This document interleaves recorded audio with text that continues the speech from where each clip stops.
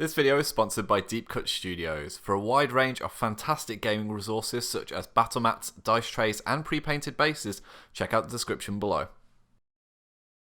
Although gremlins are big fans of building things, that doesn't mean they are any good at it. Most of the stuff they make break apart pretty quickly, or explosively. But if there is one thing that gremlins take great pride and care in, it's the production of alcohol. Since it was introduced to them by the humans of Earth a while back, they have turned the creation of the perfect bottle of moonshine into the greatest of gremlin endeavors, which made the arrival of the Brewmaster from the northern mountains like a messiah arriving with holy scripture, carrying the wisdom of the gods in the form of bottles of fantastic alcohol. Although he spoke and acted strange, his mastery of the alcoholic arts couldn't be denied, and he was welcomed with open arms. Arriving with him were his disciples, the Tri-Chi, his apprentice Wesley learning at his master's side, and the rather sticky-fingered Fingers Leon, who tended to swipe people's things when they weren't looking, as well as a bunch of alcohol-drinking moon shinobi, who practice a strange form of drunken fighting. Now, not everyone is a fan of this brewmaster. Popcorn Turner, for example, prided himself on his brewing skills, and constantly competes with him. Competition that the Brewmaster welcomes, as he seems to respect Popcorn Turner's drive, respect that might be mutual, as Cooper Jones, Popcorn Turner's lackey, has created a few whiskey golems and whiskey gammon for the Brewmaster's use, the leaky bipedal barrels used to carry the Brewmaster's art, and give lethal doses of alcohol poisoning to anything that attacks him. What the gremlins don't realize, though, is that the Brewmaster has a secret. You see, he was raised since birth by the 10 Thunders, used as part of a plan to exploit the gremlins' love of alcohol, to turn them into an expendable army. Although, the filth oni known as the Akanami that follows the Brewmaster around should have been a big clue, but then again, these are gremlins. However, the 10 Thunders' plan might have hit a snag. Although raised to be a loyal member of the organization, being amongst his people has spoken to the Brewmaster's gremlin soul. The idea of exploiting these people who look up to him for wisdom and alcohol, not sitting right with him. For now, he simply makes alcohol and enjoys the simple life of a gremlin. But he knows one day, the 10 Thunders will come a-calling, and when they do, he knows he will need to fight a battle for the souls of the gremlins of the Bayou.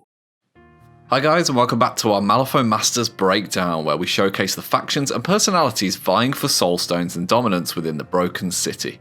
Today's episode features the Bayou Poison Kingpin the Brewmaster and his Tri-Chi keyword of followers. The Tri-Chi are experts in condition mechanics, with a primary focus on using poison with avenues for burning and slow to support. Thanks to their high tolerance ability, this keyword can ignore any condition damage from poison, meaning the copious amounts of condition pulses will only affect the enemy in an adverse manner.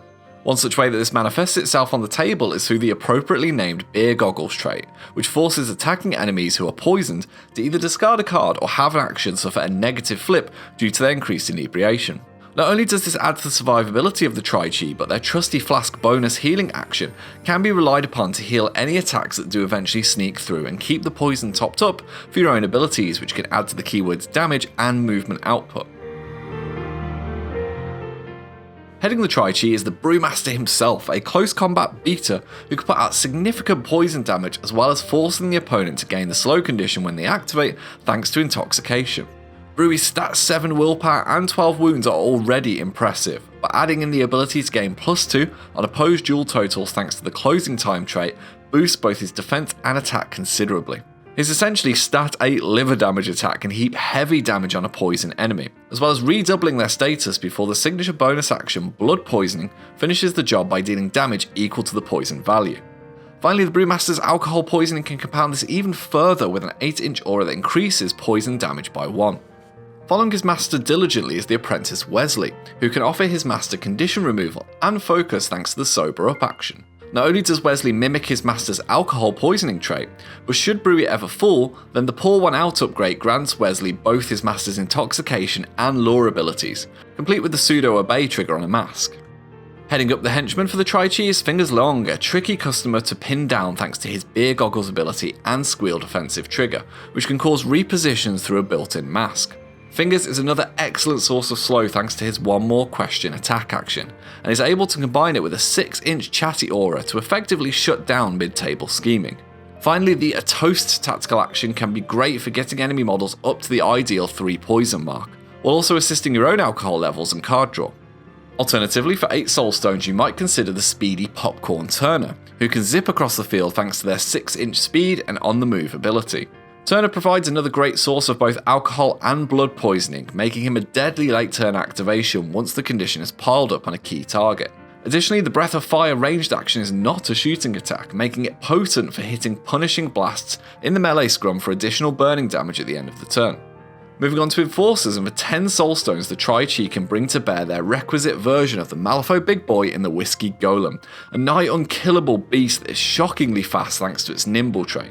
Aside from the impressive Min 3 close combat attack and its onslaught trigger, the Golem also offers splash poison when receiving damage through its Sprung Elite defensive trigger, as well as a demise variant that offers an additional 2 damage.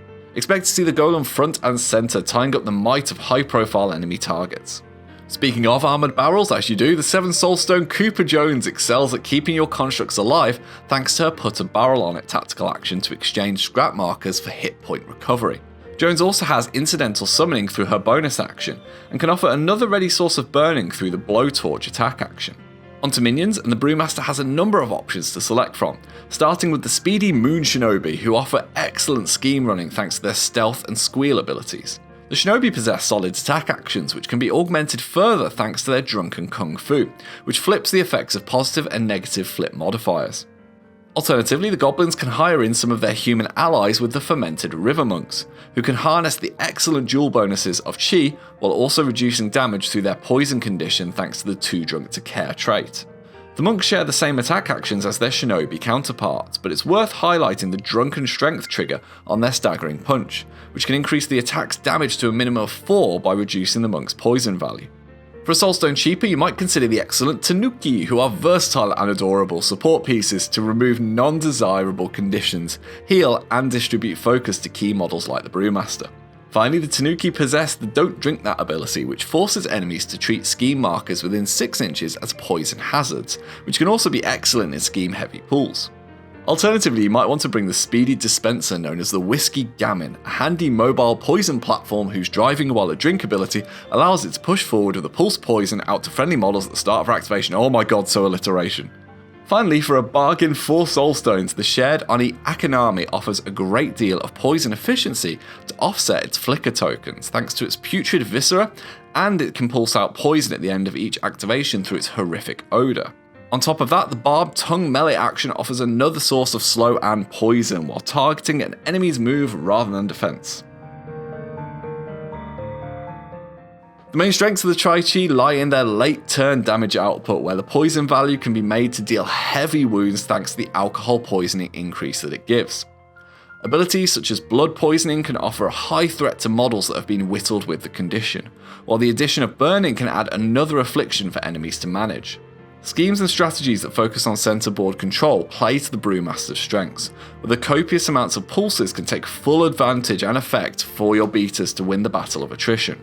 However, that's not to say that the Tri-Chi lack speed, as they can confidently move around the battlefield where needed for scheme points. Finally, the Tri-Chi have a surprising amount of supplemental movement at their disposal, allowing them to reposition each activation and save their actions for attacking and scheming. However, there are areas where Brewy and his followers do struggle, such as the very obvious use of condition removal by opponents. Models able to completely remove conditions can heavily hamper both sides of the poison game, while positive conditions such as shielding can go some way in reducing the damage sustained. Additionally, place and burial mechanics do wonders in reducing the sustainability of the poison bubble, as do scheme pools that force the crew to spread out across the board. Finally, masters with effective card cycling can circumnavigate the costs of beer goggles to strike effectively at the Tri-Chi's very average defences. With that concluded, if you'd like to give the Brewmaster a run out, then consider the following example list, which offers several duplicate abilities to quickly get up to speed. Use the Master and the Whiskey Golem to hold down the centre of the board, while Popcorn Turner and the Tanuki provide support and poison top-ups where needed. The River Monks and Akanamis make excellent hunting partners on each wing, where they can score and deny victory points against softer targets. Once you've grown in confidence with this list, you can then start experimenting with other areas of the keyword as well as the Bayou faction. So that brings us to the end of this Malifaux Masters breakdown. We hope it's been useful in giving you a snapshot of the crew and its mechanics. Additionally, a massive thank you to the wonderful stylings of Arvandus who you heard in the introduction. You can find more information about his channel down in the description below.